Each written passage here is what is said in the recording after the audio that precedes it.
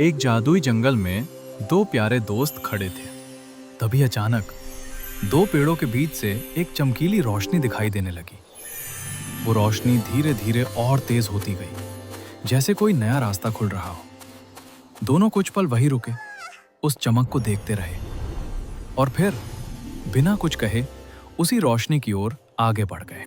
कुछ पल के लिए दोनों रुकते हैं।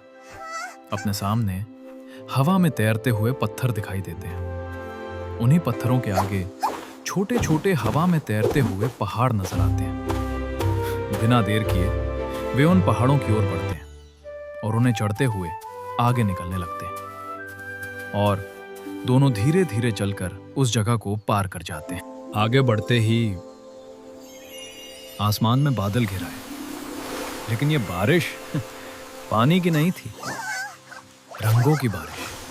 नीला, गुलाबी, लाल, पीला। फरीदोस खुशी से घूमने लगा और पीला पक्षी रंगों के बीच उड़ने लगा। जब बारिश थमी, दोनों पहले से ज्यादा चमक रहे थे। लेकिन सफर हमेशा आसान नहीं होता। कुछ दूर आगे बड़ी बड़ी परछाइयां हिलने लगी।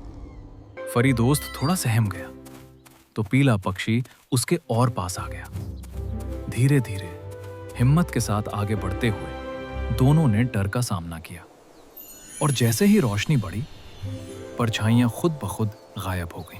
कुछ देर बाद उनके सामने एक शांत झील आ जाती है। झील का पानी आईने की तरह चमक रहा होता है। उसमें दोनों अपनी परछाइयां देखते हैं। कुछ पल के लिए वो वहीं रुक जाते हैं, हल्की सी मुस्कान के साथ उस चमकते पानी को देखते रहते हैं। फिर धीरे धीरे उस जगह से हटते हुए दोनों अपने सफर को आगे बढ़ा देते हैं। रास्ते में एक विशाल शरीर उनके सामने था। एक विशालकाय गहरी नींद में सो रहा था।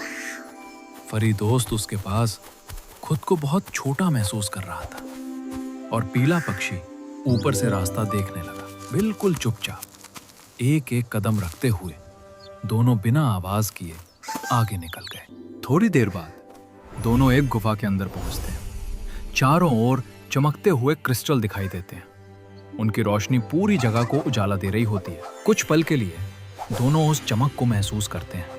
क्रिस्टल की रोशनी उन्हें अंदर तक सुकून देती है और फिर उस उजाले के साथ दोनों धीरे धीरे गुफा से बाहर निकलकर अपने सफर को आगे बढ़ा देते हैं। जैसे ही वो आगे बढ़ते हैं, उनके सामने एक अजीब सा रास्ता दिखाई देता है और तभी जोरदार आंधी चलने लगती है। हवा के दबाव से दोनों पीछे की ओर झुकने लगते हैं।